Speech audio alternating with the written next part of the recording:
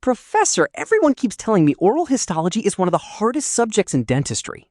Too many details, too much memorization, too many stages. Everyone says I'll forget everything after the exam. Then they're studying it the wrong way. You don't fail oral histology because it's difficult. You fail because you're trying to memorize a story before understanding it. So what should I do? I have a challenge for you. 15 episodes, about 10 minutes each. In every episode, you'll learn the concepts, understand the logic, memorize the important facts, and leave with exam-ready mnemonics. No random memorization, no information overload, no disconnected facts. Just one journey. By the end, you'll understand the entire story of the tooth, from the very first embryonic cell to the fully functional organ. Challenge accepted. Today, before we learn how a tooth develops, we're taking a tour of the finished masterpiece. Welcome to Oral Histology. Welcome to the blueprint of the porcelain palace. Professor, before we study development, why start with the finished tooth? Because this episode is the master key for the entire course. In future episodes, we'll study dental lamina, bud stage, cap stage, bell stage, and tooth development.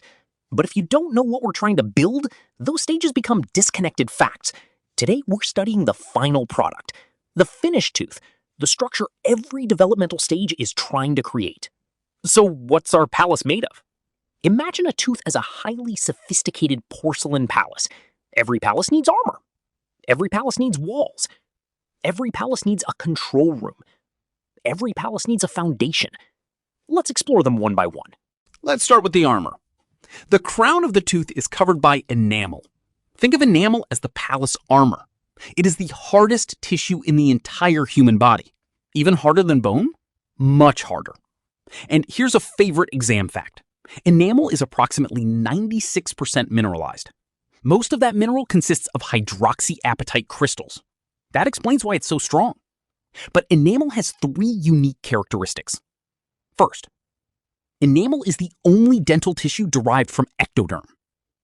Second, enamel contains absolutely no collagen. Third, enamel is non-vital. Why is it non-vital? Because the cells that build enamel, the ameloblasts, disappear before tooth eruption. The builders finish the palace and then leave forever. No builders, no repair, no regeneration. So damaged enamel can't grow back? Correct. Lost enamel must be replaced by restorative materials. Remember this mnemonic. A-M-E-L. Ameloblasts make enamel leave. Ameloblasts make enamel leave. That's easy. What's underneath the armor? Directly beneath enamel lies dentin. If enamel is the armor, dentin is the bedrock. Dentin forms the bulk of the tooth. Unlike enamel, dentin is alive. Alive because it has cells? Exactly.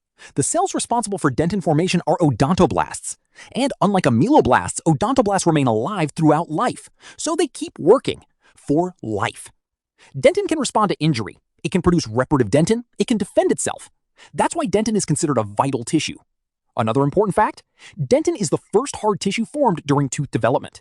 So odontoblasts never retire? Exactly. Odontoblasts never retire. They keep working for life. What lies at the center of the tooth? At the center of the palace lies the pulp. Think of it as the control room. The pulp contains blood vessels, nerves, connective tissue, and the cell bodies of odontoblasts. The pulp performs four major functions: formative, nutritive, sensory, reparative. Because the pulp is trapped inside rigid dentin walls, when inflammation occurs, pressure builds up.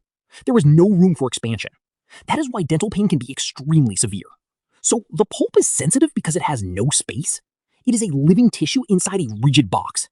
How is the tooth held in place? A palace cannot stand without a foundation. The tooth is supported by a structure called the periodontium. It includes cementum, periodontal ligament, alveolar bone.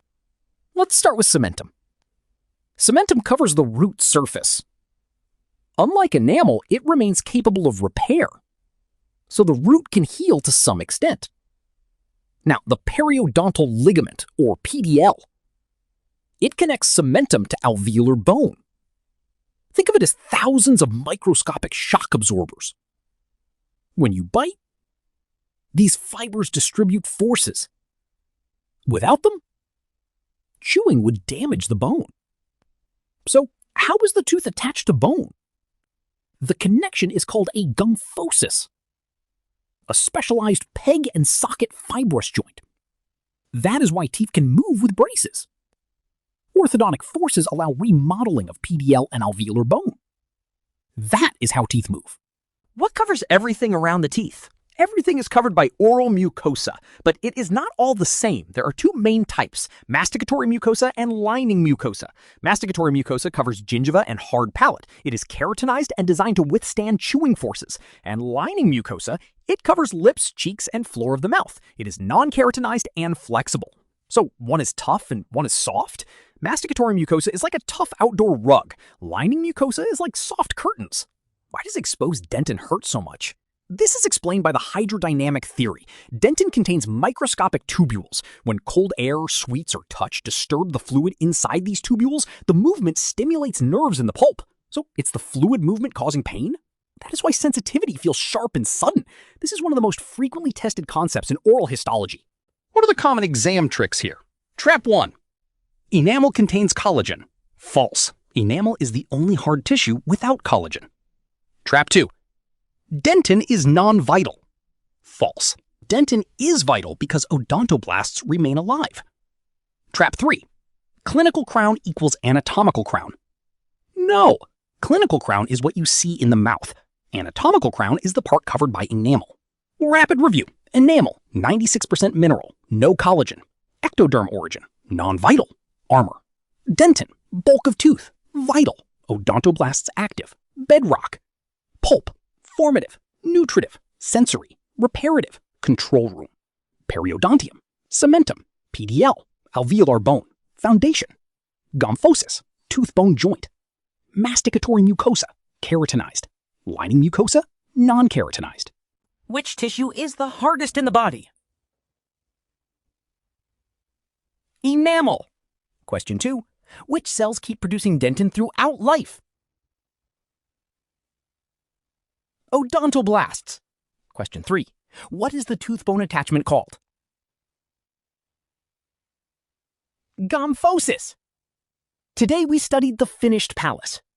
But remember, nothing in biology starts finished. In the next episode, we go back to the beginning. Before enamel, before dentin, before pulp, before everything, to the very first blueprint, the dental lamina. So, the journey is starting backwards? Exactly. To understand the palate, you must first understand its foundation. See you in episode 2. The Foundation Gate. Dental Lamina.